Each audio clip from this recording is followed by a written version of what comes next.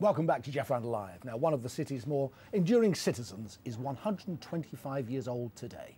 The Financial Times has reported on booms, busts, billionaires and bankrupts ever since Queen Victoria's time. But with the newspaper industry in turmoil, is the FT as we know it in jeopardy? Well, rumours abound that its current owner, Pearson, wants to sell. The newspaper was founded in 1888 following a merger with its rival, the Financial News. In 1995, it entered the online market, launching ft.com, and it went behind a paywall in 2007. That proved a winning decision. The FT now has 600,000 paying online subscribers. And if you combine its digital and print media, more than 2 million people around the world read the FT every day. Well, here with me at the Gherkin is the FT's Chief Executive, John Ridding. It was he who took that pivotal decision nearly 6 years ago to charge for the FT's web content. John, nice to see you again. It's been a while.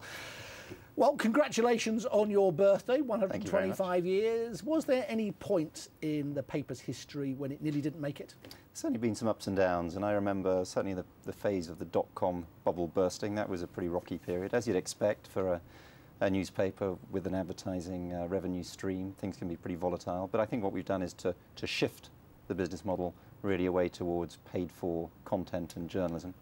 Before we talk about online, tell us about old-fashioned newsprint, because that, as you know, is my background. How many copies do you sell in the UK now? And I mean sell, not leave on trains. Yes, well, and what was the peak number?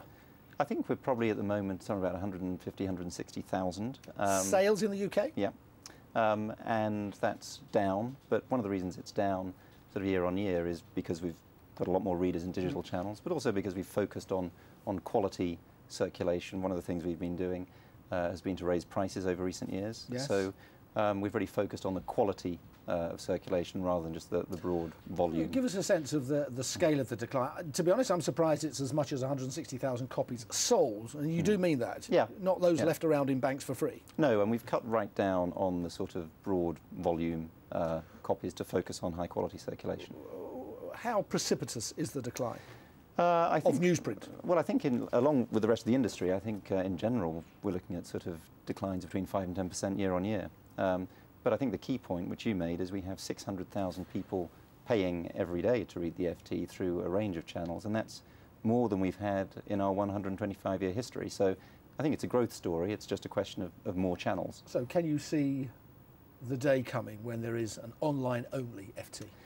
I think it's a long way to come. I'm a believer in print. I think that the newspaper is a wonderful format, and we have a very loyal readership in print.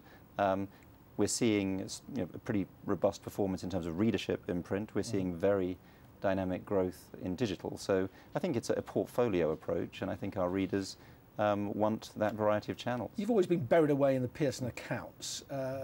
If we manage to strip it out, which I've not managed to do, is it a profitable standalone company? Yes, it is.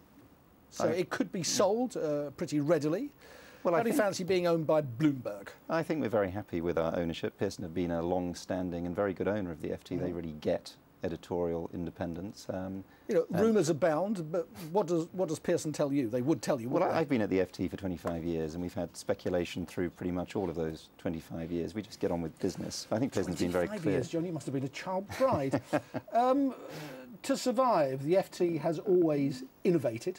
Yes. It's been very good at that. What's the next big thing coming down the line? We're very excited about mobile. You reported earlier that smartphone sales continue to grow very rapidly. And for a global news organisation like the FT, the ability to reach new markets and new readers, new generations of readers through tablets and through smartphones is a real game changer. So we're pretty excited about mobile. And is that bit of your audience growing very quickly? Yes. We're seeing a lot of growth in so-called emerging markets or fast growth markets, but also in a sort of younger demographic that hasn't always been a stronghold for the FT. Indeed. John Ridding, smashing. Happy birthday. Thank you very much. Well, that's almost all we've time for this evening, but before I go, here's my number of the day. It's 200 million now. That's the expected TV audience for tonight's clash between Real Madrid and Man United. Straight after this show, I'll be joining them on Sky Sports 2. You've been watching Jeff Randall Live. Tomorrow I'll be putting on the glitz with one of the most important figures in British fashion. If you've missed any of this evening's interviews, they are all on the Sky News for iPad app. Next up, all the top stories here on Sky.